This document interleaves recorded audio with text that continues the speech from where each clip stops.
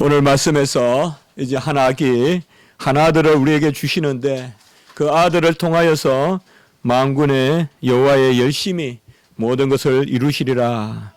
이 부분의 말씀은 제가 우리 교회를 창립하고 벌써 한 3차례째 설교입니다. 그러나 그동안 6절, 7절에 많이 중점을 두고 설교를 하지 못해서 오늘은 6절과 7절에 좀 더 중점을 두고 특별히 만군의 여호와, 만군이란 말은 무리라는 뜻입니다. 천사라고 봐도 되고 또 모든 무리에 만군의 군사라는 의미도 되긴 되지만은 1차적인 의미는 모든 무리의 그 여호와, 그런 모든 족속과 백성과 또 천사들의 그 여호와의 열심히. 우리가 하나님은 지각이 없지 않으시죠. 그러나 우리와 같은 그러한 감각, 또 우리가 하나님을 볼 수 없고 만질 수 없고, 과연 하나님의 열심이 뭘까요?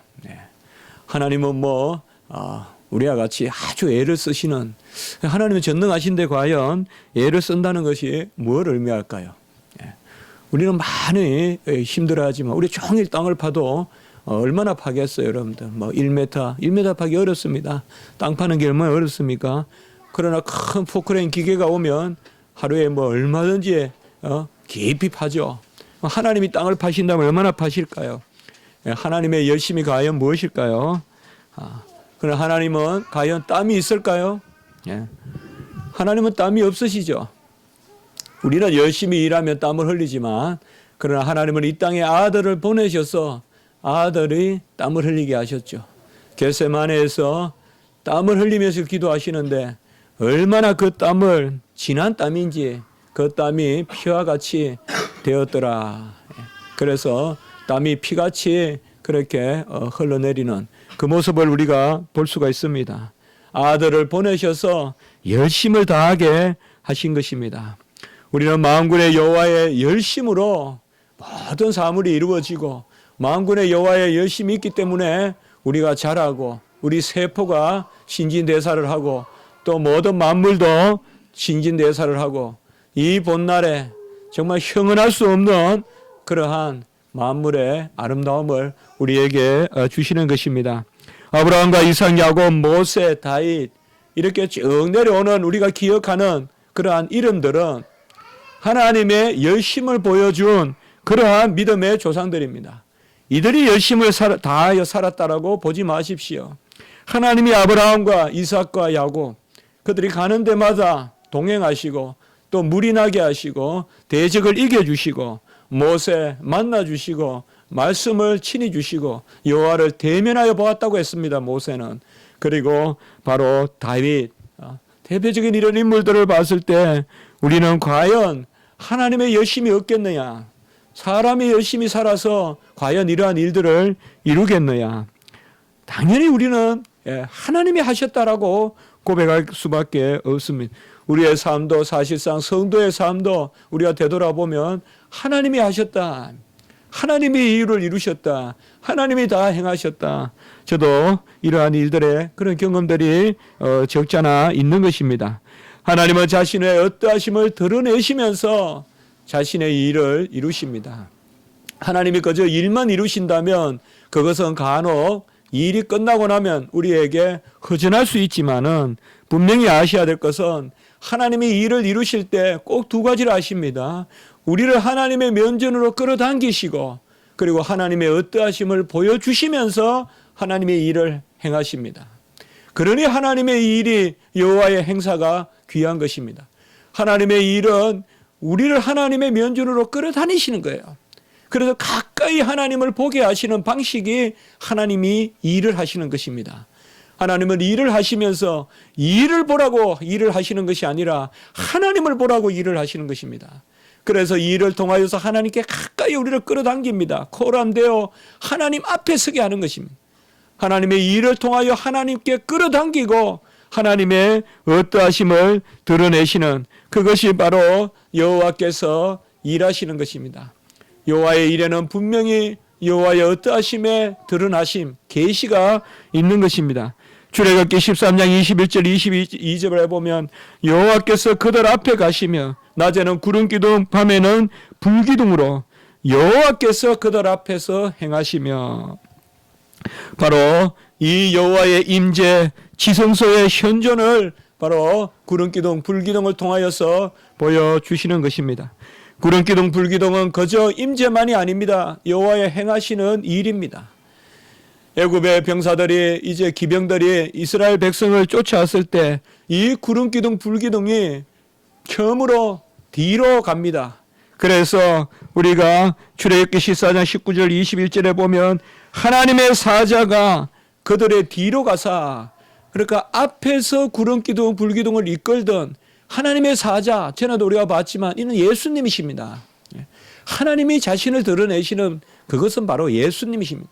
그래서 우리 주 예수 그리스도께서 자리를 옮기시니, 구름기둥의 뒤쪽으로 자리를 옮기시니, 이스라엘 백성 뒤쪽으로 자리를 옮기시니 구름기둥이 그리로 옮겨갑니다. 그래서 그 기둥이 옮겨가니까 이스라엘 진 쪽에는 밝고 또 애굽 진 쪽에는 어둡게 해서 그 가운데서 하나님이 밤새 동풍을 불러서 그들은 알지도 못하고 이스라엘 백성들에게, 그때 하나님은 모세의 손을 내밀어라 그러면서 하나님이 일을 하십니다. 하나님이 일하시는 바로 세 번째 방식이 여기 있는 것입니다. 하나님은 우리를 자신에게서 끌어당기시면서 일하시고 자신의 어떠하심을 드러내 보이시면서 일하시는데, 중요한 것은 모세의 손을 펼쳐라, 바로 우리의 열심을 통하여서 하나님은 일을 하십니다. 칼빈이 이야기했듯이 하나님의 섭리는 눈에만 있지 아니하고 손에도 있다. 하나님은 바라보시는 것만 아니라 직접 손으로 일을 하신다라고 이렇게 말씀했습니다. 여호와의 열심이 곧 뭐냐 하면 하나님 편으로 우리 자신을 끌어당기는 것입니다. 사실 우리가 이 지상의 나그네의 삶은 날마다 더 하나님께 가까이 가는 그 삶 외에 의미가 없습니다. 하나님께 더 가까이 가서 이제 마주보게 되는 것입니다. 아까 우리 기도하셨지만은 마주보는 그 영화의 상태로 가는 것, 그것이 바로 이 땅의 나그네라면 하나님께 날마다 nearer to God, 더 가까이 하나님께 가는 것이 바로 우리의 성도의 삶입니다. 하나님은 어떤 일보다도, 심지어 하나님을 높이는 찬송보다도 어떨 때는 하나님께 나아오는 것을 더 즐거워합니다. 야복강에 그 기도를 하고 한도 뼈가 빠지는 기도를 하고 야복강을 건넜습니다. 분명히 야곱이 야복강을 건널 때는 베델의 약속을 가지고 건넜습니다. 그 베델의 약속으로 분명히 베델에서 제단을 쌓으리라. 그가 밧단 아람으로 갈 때 돌 베개를 베고 누워서 하늘 사닥다리를 보았을 때 분명히 하나님께 약속을 했습니다. 나의 여로를, 행로를 안전하게 살펴주시면 내가 이곳에 돌아와서 제단을 쌓으리라. 그러나 야곱은 약복강을 건넜을 때 이것을 까먹고 맙니다. 너무 에서에 몰두한 나머지, 그리고 너무 그곳에 정착하는 것에 몰두한 나머지 약복강을 건너서 예서와 하야하고 그리고 숫꽃이라는 곳에서 진을 칩니다. 숫꽃은 장막이라는 뜻입니다. 한번 우리가 생각해 보면 이 야곱이 장막 짓는 재미로 사는 거예요. 여러분, 열심히 일한다고 하나님을 잊어버리면 안 됩니다. 열심히 사업한다고, 열심히 직장생활 한다고 그 땀도 귀하지만은 하나님을 잊어버리면 안 돼요. 요새 내가 열심히 일하니까 교회에 등한시하거나 열심히 일하니까 내가 기도 생활을 등한시하거나 그것은 절대 합당치 않습니다. 바로 야곱이 그런 모습을 보여요. 숫꽃이란 말이 장막들이란 뜻이에요. 장막들을 지었어요. 얼마나 기분이 좋겠어요. 가나안 땅에 들어와서 장막들을 짓고, 그리고 가나안에서 최고 부유한 땅이라면 세겜 땅인데 이 세겜 땅에 정착을 합니다. 그리고 아주 거창하게 엘렐로헤 이스라엘, 바로 이스라엘의 하나님이라고 자기의 이름을 이스라엘로 칭하면서 엘렐로헤 이스라엘, 하나님의 이름을 부릅니다. 과연 야곱이 무엇을 잘못했을까요? 그가 약복강을 건너고 열심히 와서 어디 방탕한 것도 아니요. 열심히 장막을 쳤고 세겜에 정착을 했고 그리고 그곳에서 세겜에서 단을 쌓고 그리고 엘렐로의 이스라엘의 하나님을 불렀으니 하나님이 야곱을 미워할 리가 있겠습니까? 그러나 이 야곱의 가정에 큰일이 하나 일어납니다. 바로 그가 사랑하는 디나가 히 족속에게 하몰의 하몰의 추장 이름이죠. 바로 히 족속, 이 야곱의 딸 디나, 가장 귀여워했던 디나가 그 히 족속에게 강간을 당하고 맙니다. 강간을 당하고 또 버림을 받고 그것을 바라본 그 오빠 되는 시므온과 레이가 깨를 냅니다. 바로 너희 히 족속과 화해하겠다. 너희들도 그러면 할례를 받아서 우리와 같이 선민이 되면 되겠다. 그렇게 사실 계계를 냅니다. 깨를 냅니다. 그래서 할례를 행하게 하고는 그 할례를 행했다는 것은 불구자가 됐다는 그 순간에 몸이 병자가 됐다는 것과 마찬가지예요. 싹 칼로 다 죽여버립니다. 남자들은. 이러한 일이 일어납니다. 이것은 하나님이 원하시는 일이 아니죠. 할례를 어떻게 살인의 그러한 도구로 삼습니까? 그건 있을 수가 없는 일이죠. 이스라엘 백성은 절대 할례는 그것을 하라고 하나님 주신 것이 아니지 않습니까? 이러한 가정에서 하나님은 다시 야곱에게 약속을 상기시킵니다. 베델로 올라가라. 네가 왜 베델의 약속을 저버리고 있냐? 그러니 네 딸이 이러한 일을 당한다. 그래서 다시 베델로 올라가라라고 말씀합니다. 그러니 야곱이 우리가 일어나 베델로 올라가자. 베델이 부여하겠습니까? 세겜이 부여하겠습니까? 사실 세겜의 땅에 살고자 하죠. 베델은 우리가 알다시피 그렇게 부여한 곳이 아니에요. 돌베개를 뱉지 않습니까? 베델은 그렇게 부여한 곳이 아니에요. 우리가 그 말씀만 비추어 봤을 때도 어떻게 보면 베델은 좀 더 척박하고 강렬할 수 있어요. 그러나 하나님은 그 약속을 귀하게 여기는 것입니다. 베델로 올라오라라고 하는 것입니다. 여호와께서 열심을 내실 때는 우리를 가까이 부르시는 것입니다. 우리를 가까이 부르시려고 열심을 내십니다. 여호와 하나님은 일에 관심이 있지 않습니다. 일은 이미 다 지으시고 끝까지 보시고 계신 분입니다. 여호와 하나님은 모든 일을 행하시되 그의 백성을 가까이 이끄시려고 모든 일을 행하시는 것입니다. 여호와 하나님을 멀리하는 것, 그것이 바로 죄인 것입니다. 아담과 하와가 죄를 지었을 때 여호와의 소리를 들었을 때 여호와 하나님의 낯을 피하여 동산나무에 숨은지라 이렇게 말씀했습니다. 죄가 들어오면 바로 여호와를 피합니다. 그리고 죄가 들어오면 창세기에 보면 가정에 어려움이 옵니다. 가정에 어려움이 와요. 형제지간에도 어려움이 오고 부부지간에도 어려움이 와요. 말씀 보면 그래요, 여러분들. 죄가 들어오니까 가인이 내가 아우를 지키는 자이니까 형제지간에 문제가 생겨요. 죄가 들어오니까 아브라함과 이삭이 아내를 누이라고 속여요. 부부간에도 문제가 생겨요. 여호와의 면전을 떠나면 우리가 모든 이런 일들이 일어나는 것입니다. 하나님의 열심은 뭐냐 하면 우리를 하나님의 편에 끌어당기기 위해서 하나님의 열심을 보이십니다. 그래서 이사야의 가장 말씀이 이제 이사야 선지서에 보면 쭉 진행되다가 55장 1절에 우리가 다 알듯이 바로 오라 너희 모든 목마른 자들아 물로 나오라 돈 없는 자도 오라 너희는 와서 사 먹되 돈 없이 값없이 와서 포도주와 젖을 사라라고 이렇게 말씀했습니다. 여러분, 우리는 어떤 경우든 여호와의 면전을 향하여 가는 삶을 살아야 됩니다. 그거 외에는 다 태보입니다. 모든 일은 여호와께 더 가까이 가기.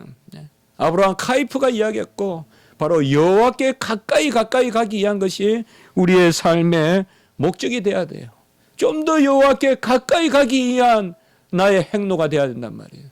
여호와를 멀리하는 것은 우리를 다 뒤지게 하는 것입니다. 여호와께 가까이 가고 바로 여호와께서 기뻐하는 것은 바로 여호와를 알고 여호와를 찾고 여호와께 간구하는 것입니다. 같이 합시다. 여호와를 알고 여호와께 나아가고 여호와께 간구하는 것이다. 예. 이게 바로 하나님이 기뻐하는 것입니다. 예레미야 9장 24절에 보면 여호와를 아는 것과 그가 사랑과 공의를 베푸는 것, 이것을 기뻐한다고 했어요. 재물도 기뻐하지 않고 명예도 기뻐하지 않고 강함도 기뻐하지 않는다고 했어요. 여호와 하나님은 여호와를 아는 것과 그가 사랑과 공의를 베푸는 것을 아는 것을 기뻐한다고 했어요. 두 번째 이사야 55장 아까 말씀을 드렸던 거기에 1절의 말씀에는 여호와께 나아오는 자, 저는 자주 그래 말씀을 드리잖아요. 믿음은 여호와께 나아가는 것이다. 바로 내게 오는 자는 줄이지 않고 나를 믿는 자는 목마르지 않고 오는 게 믿는 거다. 히브리서 11장 6절 우리가 많이 말하지 않습니까? 바로 여호와를 알고 여호와께 나아오고 그리고 여호와를 경외하고 구하는 것입니다. 시편 147편. 이것도 제가 다 좋아하는 말씀들입니다. 여호와를 바로 알고 예레미야 9장 여호와를 바로 알고 그리고 여호와께 나아오고 여호와께 구하는 것입니다. 내가 무엇이 강하다 이것을 여호와 하나님은 원하는 것이 아닙니다. 하나님이 자신의 임재 가운데서 여호와의 열심으로 땀을 흘리시면서 일을 이루시는 것, 이 장을 우리는 하나님의 왕국이라고 하고 그 하나님의 일을 오늘 말씀은 7절에 만군의 여호와의 열심이다라고 이렇게 말씀하고 있습니다. 성경에는 이 여호와의 열심을 여러 차례 말씀하고 있는데 오늘 특별히 이 9장 7절에 여호와의 열심은 열왕기 하 19장에도 보면 여호와의 열심이란 말이 나옵니다. 이 여호와의 열심이 다른 것이 아니라 사네립이 쳐들어왔을 때 바로 아수르의 사네립이 쳐들어왔을 때 그때 히스기야 왕이 기도를 올립니다. 이제 사네립을 싹 다 이제 몰살시키고 특별히 사네립이 오면서 너희 여호와가 어디 있냐? 너희 여호와가 어디 있냐? 하면서 아주 하나님을 조롱하면서 사네립이 완전히 이제 포위를 하고 이제 침범해 들어옵니다. 그때 히스기야 왕이 기도를 했을 때 열왕기하 19장 31절에 보면 남은 자는 예루살렘으로부터 나올 것이요 피하는 자는 시온산으로부터 나오리니 여호와의 열심히 이를 이루리라라고 이렇게 말씀하고 있습니다. 여호와의 열심히 이루신다. 그리고 바로 4절 아래에 보면 여호와의 사자가 아수르 군사 18만 5천 명을 한꺼번에 다 몰살시켜 버립니다. 18만 5천 명. 이때도 여호와의 사자가 나오죠. 이 여호와의 사자가 결국은 주님이시다 이 말이죠. 주님이 친히 일을 하신다 이 말입니다. 우리 주님께서 친히 여호와의 사자가 구름기둥 불기둥을 앞에서 끌고 가시고 그 여호와의 사자, 그 여호와의 사자가 바로 열심을 내셔서 여호와의 열심으로 이스라엘 백성을 건져 주시는 것입니다. 이 열심이란 말은 히브리어로 키느아라고 하는데요. 그러니까 키느아트, 바로 야훼이라면 같이 합니다. 여호와의 열심. 우리가 성경에 너무 아름답고 좋은 구절들이 많아서 참 이것도 좋고 저것도 좋고 하지만은 그래도 한 절 한 절 이번 한 주간에는 여호와의 열심이라는 단어를 좀 이렇게 새겨보면 어떨까요? 바로 여호와의 열심이다. 이게 열심이란 말은 두 가지 의미가 있습니다. 첫 번째는 열심히 일한다는 우리가 보통 생각하는 그 열정, 열심 그런 의미가 있고요. 두 번째는 시기와 질투라는 의미가 있어요. 그러니까 이 열심이란 말은 다른 것이 아닙니다. 이 사랑의 열심이라고 해볼 수 있을까요? 그러니까 나 외에 다른 신을 두지 말고 나 외에 의지하지 말고 나만 바라보거라 하면서 보여주는 열심. 사실 우리가 서로 정인 간에 남녀 간에 나만 믿어라 할 때는 열심을 보일 거 아니에요. 나만 믿어라 할 때는 열심을 보이잖아요. 그런데 거기에는 항상 뭐가 있어요? 나만 믿는다는 것이 전제돼야 되잖아요. 거기에는 그렇지 않으면 뭐예요? 시기와 질투가 있는 거잖아요. 바로 그런 단어입니다, 이것이. 그러니까 나만 믿으면 내가 열심히 하겠다는 겁니다. 그러니까 여호와의 열심이란 말은 바로 그런 뜻입니다. 열심히 한다는 것도 있고 시기와 질투를 가지고 그러니까 한눈 팔지 말라. 나만 바라봐라. 내가 한다 이 말이죠. 내가 열심히 할 테니까 다른 것은 바라보지 마라라고 이렇게 말하고 있습니다. 특별히 엘리야가 보면 하나님 앞에서 두 번이나 말하죠. 내가 여호와의 열심히 특심하여, 여호와를 향한 열심히 특심하여. 옛날 성경에는 그렇게 나왔죠. 새로운 성경에 보면 열심히 특별하여. 여기도 똑같은 단어입니다. 물론 동사형으로 쌓였는데요. 똑같은 동사가 두 번이나 나와요. 그래서 정말 여호와를 향한 내 열심이 뛰어나다 이렇게 말하고 있습니다. 여러분, 엘리야의 열심 어떤 열심입니까? 간혹은 좀 무모하기도 하죠. 아합과 이세벨에게 정면으로 바알과 아세라를 부정하는 그것을 이야기하잖아요. 오죽하면 아합이 네가 이스라엘을 괴롭히는 자냐, 그렇게 아주 엘리야를 불렀잖아요. 엘리야만 없으면 좀 이스라엘이 편하겠다. 바로 엘리야도 하나님 앞에서 내가 열심히 이렇게 특심한데 왜 나 혼자밖에 없습니까? 그때 이제 여호와 하나님이 걱정 마라, 7,000명이나 있다라고 이렇게 이제 들려주시면서 새 힘을 주시고 그가 다시금 아주 그냥 뛰어가듯이 도단으로 향하여 나아가지 않습니까? 바로 이러한 여호와의 열심, 바로 하나님의 열심이 엘리야에게 임하니 여호와를 향한 열심이 되는 거예요. 그래서 엘리야도 뭐예요? 두 신을 허락하지 않는 거예요. 바알과 아세라가 없는 거예요. 아주 강하게 치내는 거예요. 그때 열심이란 말을 씁니다. 구약에 이 단어가 많이 사용되지는 않습니다. 또 하나 사용되는 것이 바로 예후입니다. 예후는 엘리야가 기름을 부은 세 사람 중에 하나잖아요. 이 예후가 왕이 돼가지고 그때까지 이세벨이 살아 있었어요. 이세벨을 그냥 그냥 던져서 죽여버리잖아요. 이세벨을 죽여버리고 이세벨하고 아합에 속했던 사람들을 싹 다 죽여버릴 때 그때 또 예후에게 열심히 있었다라고 이렇게 열왕기하 10장 16절에 말하고 있습니다. 사도 바울도 하나님을 향한 열심히 있었습니다. 그래서 여러 가지 신약에서는 우리가 또 열심이라는 말이 많이 나오는데요. 고린도후서 11장 2절에 보면 내가 하나님의 열심으로 너희를 위하여 열심을 내노니. 이게 어떤 수준의 신앙입니까? 이런 신앙은. 하나님의 열심으로 너희를 위하여 열심을 내노니. 같이 합시다. 내가 하나님의 열심으로 열심을 내노니. 여기 앞에는 동사를 쓰고 뒤에는 앞에는 명사를 쓰고 명사에 그대로 하나님의 젤로스라고 합니다. 우리 영어로 젤러시란 단어 있죠, 여러분들. 시기, 질투, 바로 그 단어예요. 혹은 영어로는 zeal, Z-E-A-L, zeal, 열심, 그 단어예요. 그러니까 젤로스, 바로 내가 여호와를 향한 열심, 혹은 여호와를 향한 열심이 얼마나 내가 대단한지 바로 우리 주님이 또 이 말씀을 했잖아요. 여호와를 향한 열심이 얼마나 대단하여서 성전에서 그냥 상을 얻고 하시잖아요. 그 여호와의 열심이거든요. 우리 사도 바울도 이 여호와의 열심, 하나님의 열심으로 열심을 내노니. 그러니까 내 안에서 내가 일하는 것이 아니라 하나님께서 일하신다. 그래서 그 열심으로 내가 열심을 낸다. 이렇게 말하고 있습니다. 이 열심이라는 단어가 사도 바울에게 또 쓰이는데 사도행전 22장 3절에 보면 내가 옛날에는 그릇된 열심이 있었다. 유대교에 열심이 있었더니 이때도 열심이라는 말을 쓰긴 합니다.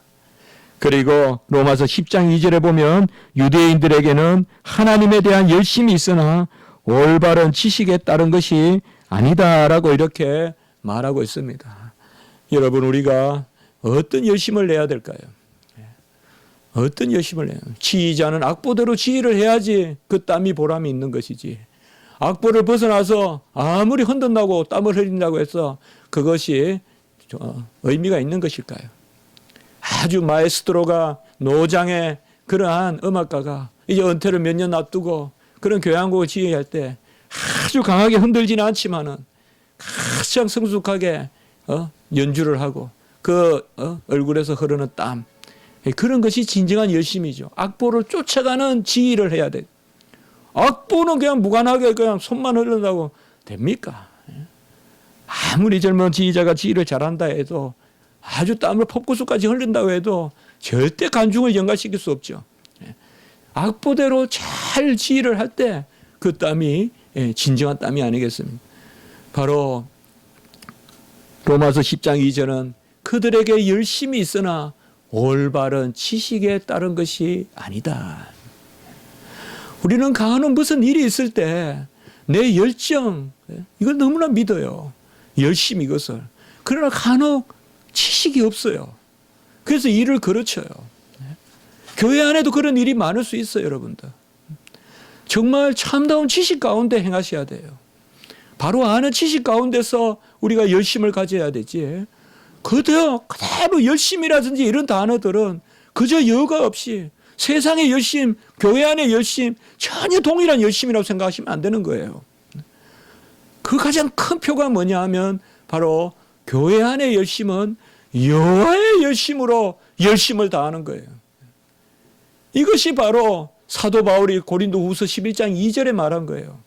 자, 사도 바울은 고린도 교회가 저게 뭐가 사도냐 하면서 사도 바울을 무시했어요. 다른 12제자들, 물론 가룟 유다는 빼고 또 나머지 하나 더 세웠기 때문에 12제자는 사도로 인정했지만 사도 바울은 사도로 인정하지 않았어요. 그때 두 가지를 이야기해요. 크게 보면 우리가. 그게 바로 고린도 후서인데요. 첫째는 뭔가 하면 내가 고난을 많이 당했다는 거죠. 전에 제가 설교했지만. 그래서 40에 감한 매를 5번 맞습니까? 그 다음에 3번 태장에 맞고 1번 돌에 맞고 그리고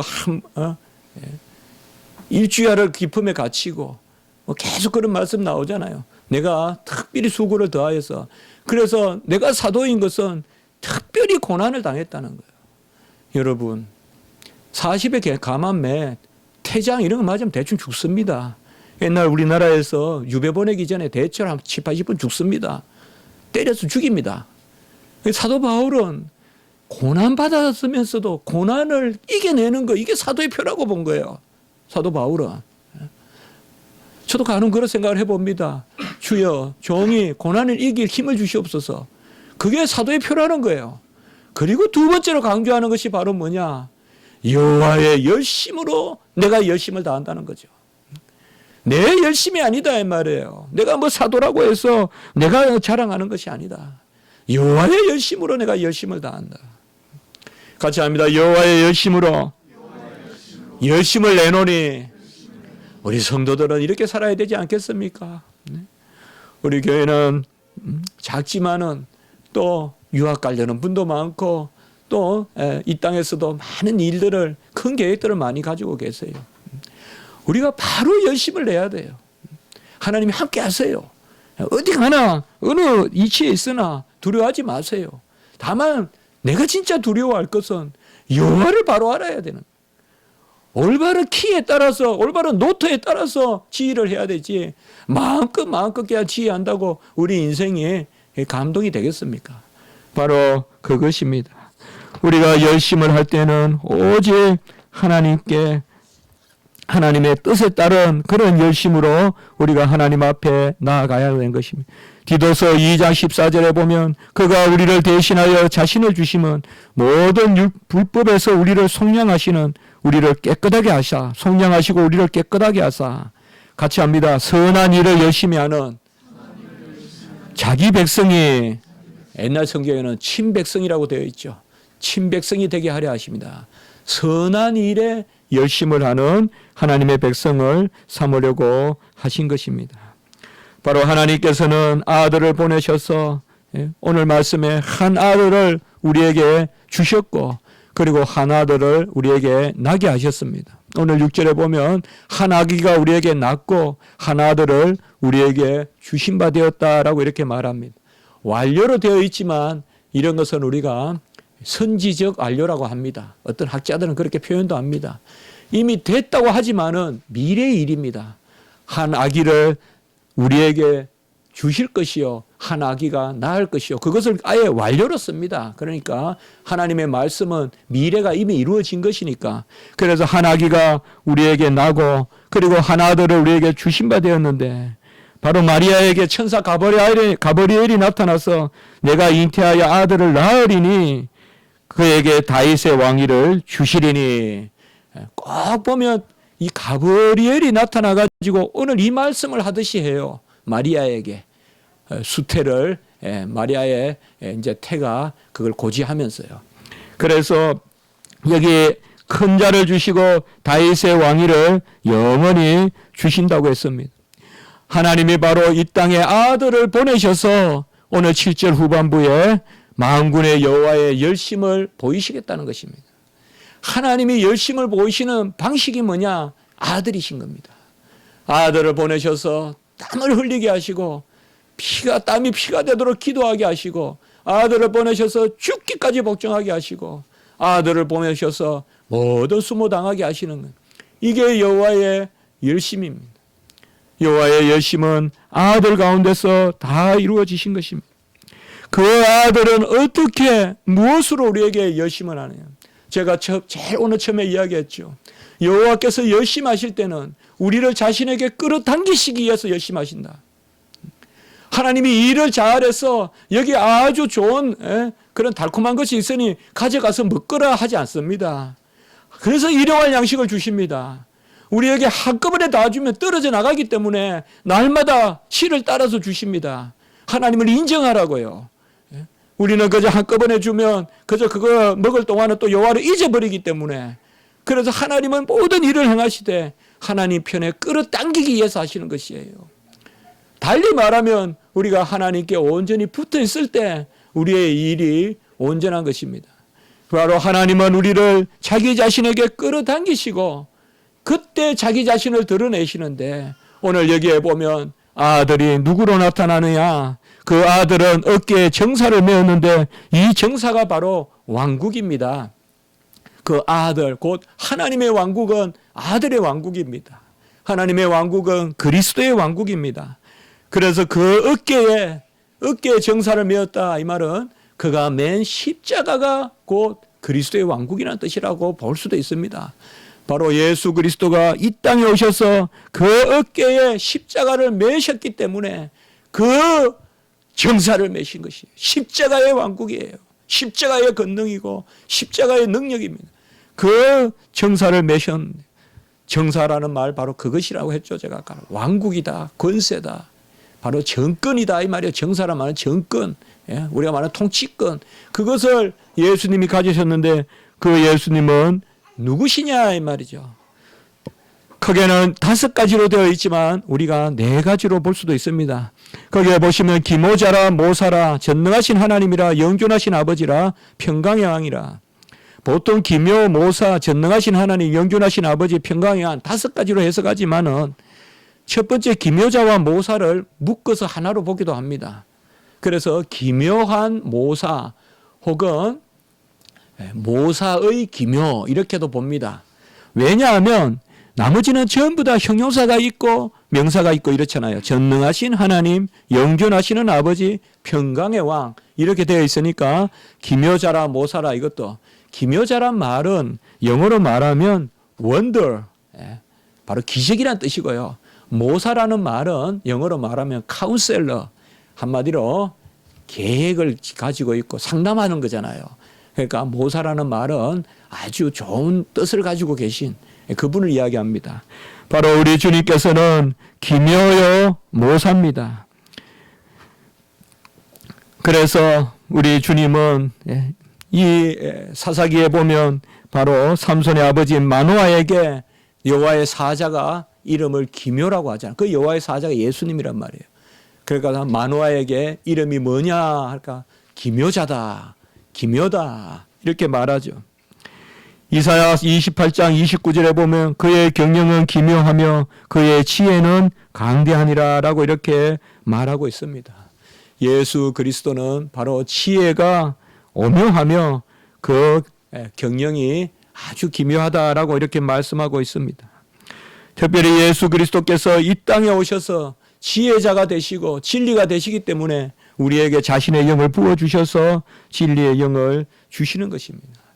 지혜가 없거든 주님께 구하십시오. 지혜가 없거든 십자가를 바라보십시오. 지혜가 없거든 꼭 기도하십시오. 여러분, 기도는 내 지혜를 풀어놓는 것이 아닙니다. 하나님의 위로부터 신령한 지혜를 얻는 것입니다. 내가 아는 한에서 무슨 기도를 해가지고 뭔가를 만들어내는 거 아닙니다. 우리는 보통 지식을 가지고 산에 올라가요. 지식을 가지고 기도에 임해요. 아닙니다. 기도 가운데 지식을 구하세요. 기도 가운데 하나님의 진리를 구하세요. 분명히 하나님이 알고 계시는 최상의 길이 있어요. 많이 경험했어요. 있어요. 분명히 있어요. 하나님이 알고 계시는 길이 있어요. 우리가 이렇게 다 생각해도 이 위에 무슨 길이 있겠느냐 생각할지 모르지만 하나님의 방식이 있는 거예요. 그것은 어떻게 보면 가장 쉬운 길로도 나타나요. 하나님의 방식은 최고 어려운 일로 나타날 것 같아도 어떻게 보면 너무 쉬운 길로도 나타나요. 분명히 알만한 길인데도 하나님이 알려주셔서 알게 되는 거예요. 그게 바로 하나님이 기묘고 모사고 이 땅에 오신 예수님을 기묘 모사로 보내신 거예요. 믿음의 주여 온전케 하신 예수 그리스도를 깊이 생각하고 주를 알고 힘써 알기를 힘쓰면 바로 그곳에서 우리의 지혜와 지식이 온전해지신 것입니다. 절대 지식을 가지고 기도하지 마세요. 지식을 구하세요. 같이 합니다. 지식을 가지고 기도하지 말고 지식을 강구하라. 모든 것을 내가 다 디자인하고 하나님은 도와달라. 그게 아니죠. 그게 무슨 하나님이 큰 역사가 나도 하나님 주식은 주시겠지만은 그러나 지식을 구하란 말이에요. 먼저 그분이 지혜요, 그분이 모사요, 그분이 기묘기 때문에 주의 이름으로 주님께 구하라 이 말입니다. 고린도전서 1장 24절에 보면 그리스도는 하나님의 능력이요 하나님의 지혜니라 라고 이렇게 딱 못 박아 말하고 있습니다. 하나님의 지혜가 그리스도다. 두 번째 그는 전능하신 하나님입니다. 전능하신 하나님은 바로 모든 것을 다 이루는 창세기 17장 1절에 이스라엘 백성에게 할례를 명하면서 하나님이 자기 자신을 전능하신 하나님이라고 표현했습니다. 같이 합니다. 엘샤다이. 이게 전능하신 하나님이라는 뜻입니다. 엘샤다이. 자, 할례를 행하는 게 뭡니까?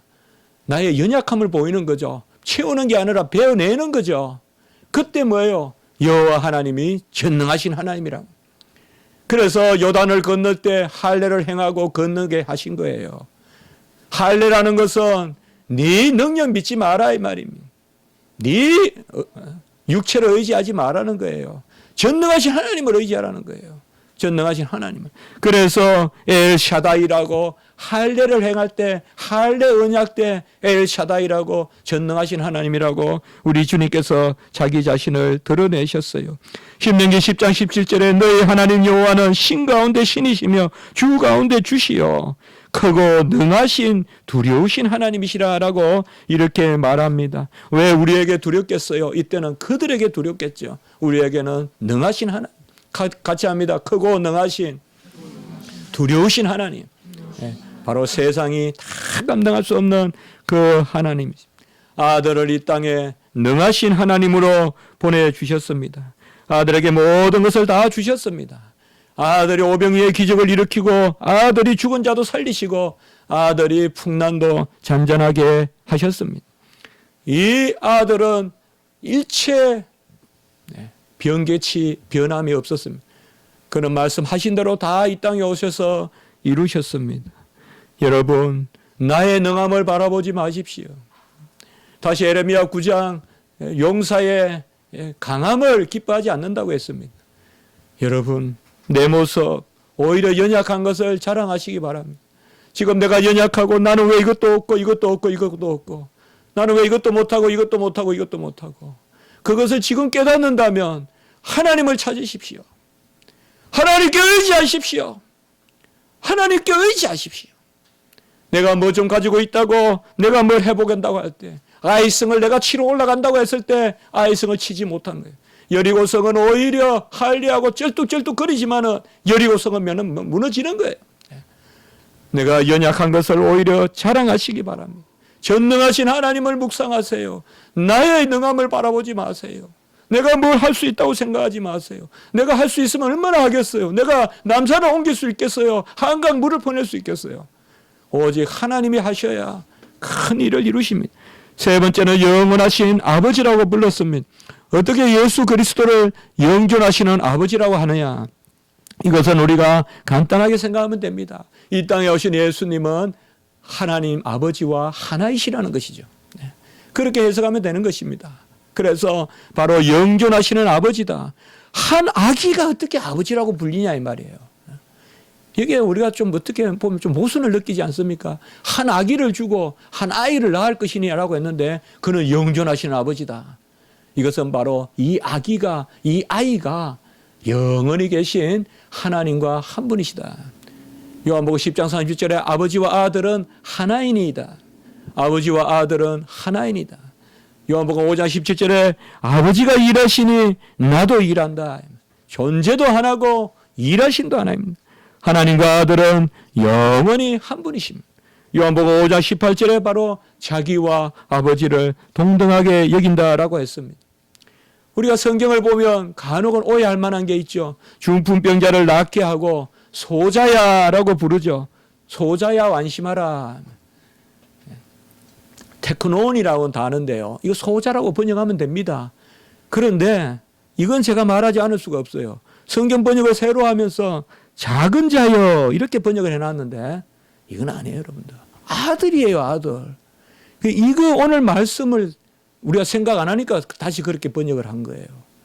여기는 아들이라고 번역해야 맛이 나요. 소자야, 아들이야. 영존하신 아버지인 예수님이 아들이라고 부르잖아요. 얼마나 이건 참 좋은 칼비리 주석에 나와요. 그러니까 영존하신 아버지니까 예수님이 이 땅에 오셔서 소자야. 테크논이란 말이 바로 어린 아이를, 물론 작은 사람도 될 수 있어요. 그러나 작은 자여, 이게 뭘 의미하는 거예요, 여러분들? 그냥 소자야 완심하라. 12의 혈류병 환자를 고치고도 뭐라고 했습니까? 여자야 믿음이 너를 구원하였다 했습니까? 딸아라고 했습니까? 딸아. 딸이라고 불렀어요. 어떻게 예수님이 딸이라고 불러요? 물론 어떻게 예수님이 낳았겠습니까? 그런 의미가 아니죠. 바로 이 예수님은 하늘의 아버지와 동등하신 분이기 때문에 중풍병자를 소자라고도 부르고 12의 혈류병 환자를 딸이라고도 부르고 우리를 아들이라고도 부르신다 이 말이에요. 우리를 소자라고도 부르고 우리를 딸이라고도 부르십니다. 그분은 이제 네 번째 평강의 왕입니다. 평강의 왕. 이름이 5개인데 오늘 4가지로 자꾸 본 거예요. 기묘와 모사를 하나로 묶어서 보자 이 말이죠. 그래서 바로 기묘한 모사 혹은 모사의 기묘 그렇게 한 이름으로 보고 이것은 어느 분이 그렇게 아주 저명한 분이 그렇게 보는 게 저도 어느 정도 동의하니까요. 그래서 같이 보고 나머지 세 이름 그래야 은율도 맞고 내용도 맞습니다. 그래서 마지막 4번째 평강의 왕이다 이라면 바로 주님께서 이 땅에 오셔서 아버지와 우리를 평화롭게 하는 것입니다. 평강은 이번에 우리 시편에서도 시편 72편입니까? 이번 주에 나왔죠. 평강이라는 것은 제자리에 있는 것이요. 평강이라는 것은 그리하여 열매 맺는 것입니다. 그래서 같이 합시다. 샬롬. 샬롬은 제자리에 있는 것입니다. 하나님은 하나님 자리, 우리는 우리의 자리. 그런데 분명히 샬롬은 또 무슨 뜻이 있느냐? 부요함이 있어요. 제자리에 있으면 열매가 맺는다는 겁니다. 그래서 여기에도 평강의 왕이라는 것은 그것입니다.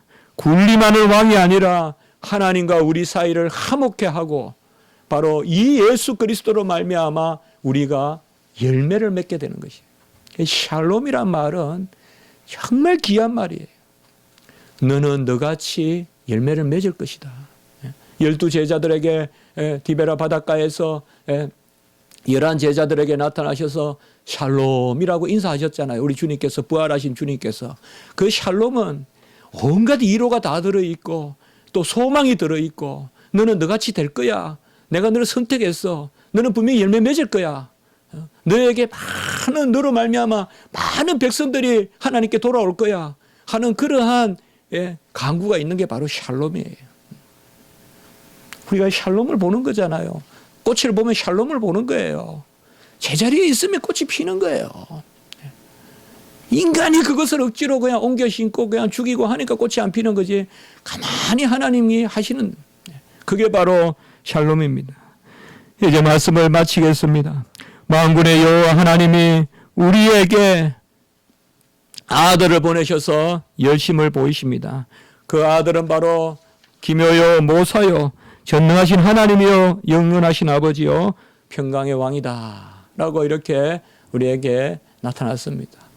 여러분, 한 말씀이라도 우리가 그저 듣지 말고 여호와의 열심으로 열심을 내노니, 이게 우리의 삶이 되었으면 좋겠습니다. 세상에는 작곡가가 있고 또 지휘자가 있겠죠. 아무리 작곡을 잘해도 시가 좀 잘해줘야 하지 안 되겠습니까? 저는 20세기의 최고 작곡가가 누군지 정말 잘 모르지만 그 러시아의 소스타코피치라는 사람이 있습니다. 처음에는 음악이 좀 어렵게 느껴지는데 자꾸 들으면 들을수록 막 현대음악 같지만은 그 안에 아주 깊은 정서가 있고, 또 스탈린 치하에 얼마나 고생을 많이 했어요. 이 쇼스타코피치가 그 곡이 그래도 많이 알려진 것은 레닌그라드에 무라빈스키라는 지휘자가 있었기 때문이었습니다. 무라빈스키가 그것을 지휘를 했기 때문에 그 쇼스타코비치의 교향곡 5번 같은 게 세계적인 교향곡이 되는 것입니다. 하나님은 작곡가고 지휘자입니다.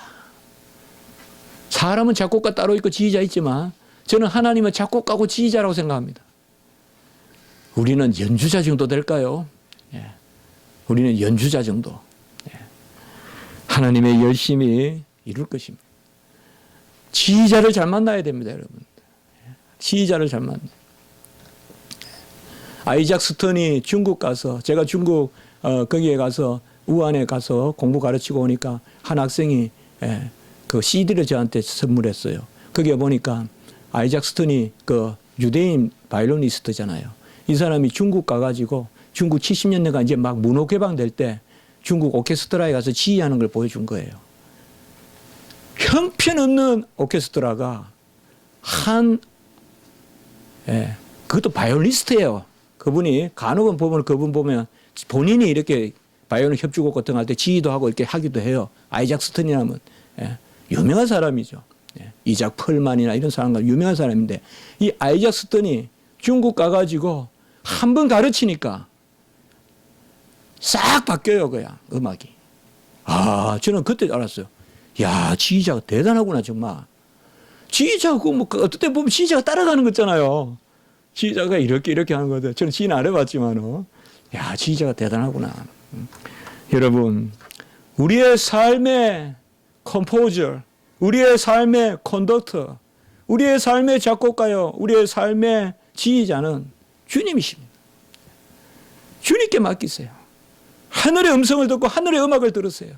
신령한 음악을 들으세요. 하나님께 맡기세요. 많은 일들을 하나님께 맡기세요.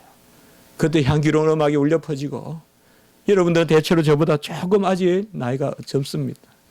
우리 최옥재 집사님은 비슷합니다. 그런데 여러분, 인생을 얼마나 하나님의 그 악보대로 우리가 선율대로 사느냐, 그게 인생의 의미입니다. 좀 더 먹고 좀 더 높아지고 너무 그거 연연하지 마세요. 어떻게 하나님께 가까이 가느냐, 그래야 얼마나 그를 더 비추느냐, 이것이 우리 인생의 목적이지 다른 것은 없습니다. 우리 자녀들 또 이러한 은혜가 있기 바라고, 우리 복중에 있는 생명도, 또 우리 신생의 생명도, 우리 청년들도 다 이런 데 있길 바라고 같이 합시다. 지식에 따른 열심, 바로 아는 열심을 내야 됩니다. 한번 기도드리겠습니다. 거룩하고 자비로우신 하나님 아버지, 여호와의 열심으로 열심을 내노니 이것이 사도의 표요, 이것이 성도의 표가 되어야 될 줄 믿습니다. 내가 열심을 낸다고 자랑할 것도 아니요, 또 내가 마음껏 그냥 세상 일하듯이 주의 일 한다고 자랑할 것도 아니에요. 야곱이 뭘 못했습니까? 장막도 열심히 짓고 세겜도 개척하고. 그러나 하나님은 그 야곱에게 베델로 올라가라고 명령하십니다. 하나님 아버지, 우리도 그저 헛땀을 흘리지 말게 도와주시고 땀을 흘리되 여호와의 열심으로 열심을 다하는 우리의 삶이 되게 해 주시옵소서. 여호와의 땀이 배이는 우리의 삶이 되게 해 주시옵소서. 밤새 동풍을 불어 홍해를 막는, 홍해를 가르는 그 여호와의 밤새 열심이 우리의 삶 가운데 나타나게 하시옵소서. 우리도 모세와 같이 손을 뻗치게 도와주시고 우리도 2달란트 5달란트 받은 자같이 무엇을 행하면 여호와가 친히 행하신다는 온전한 지식 가운데 열심을 다하는 종들, 백성들, 자녀들 되게 해 주시옵소서. 구주 예수 그리스도 이름으로 감사하며 기도드리옵나이다. 아멘.